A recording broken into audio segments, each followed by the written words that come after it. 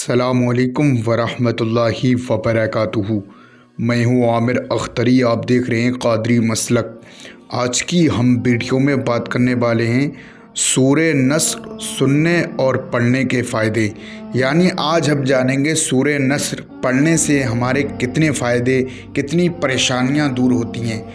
سورہ نصر سننے سے آپ کس طریقے سے پریشان رہتے ہیں، تب آپ نے صرف ایک مرتبہ بلند آواز سے روزانہ سورہ نصر کو یا پڑھا یا سنا تو انشاءاللہ آپ کی جو بھی دقت پریشانی ہے وہ سب دور ہو جائے گی۔ جیسے نمبر 1، گھر میں خیر و برکت نہیں رہتی ہے۔ نمبر 2، روزی کی تنگی ہے۔ نمبر 3، آپ کا دل دھڑکتا ہے، دل بے چین رہتا ہے، آپ بہت زیادہ پریشان رہتے ہیں۔ تو آپ کو صرف ایک مرتبہ بلند آواز سے روزانہ سورہ نصر کی تلاوت کرنا ہے یا پڑھنا ہے۔ آپ نے روزانہ سورہ نصر سننے یا پڑھنے کے آپ عادی ہو گئے تو انشاءاللہ آپ کی جو بھی دقت پریشانی ہے وہ سب دور ہو جائے گی۔ سورہ نصر کی بہت ہی زیادہ فضیلت ہے، بہت پاورفل یہ سورہ ہے۔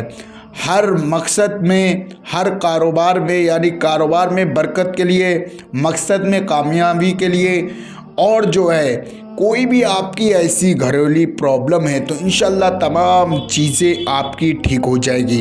سورہ نصر کو صرف آپ کو ایک مرتبہ بلند آواز سے روزانہ سنیں، انشاءاللہ آپ کی تمام چیزیں جو بھی دقت پریشانی ہیں وہ سب دور ہو جائے گی۔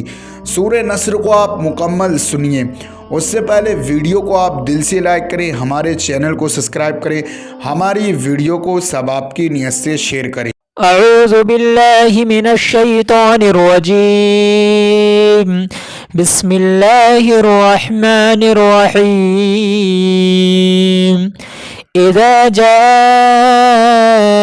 نصر اللہ والفتح ورأيت الناس يدخلون في دين الله أفواجا فسبح بحمد ربك واستغفره إنه كان توابا، صدق اللہ العظیم۔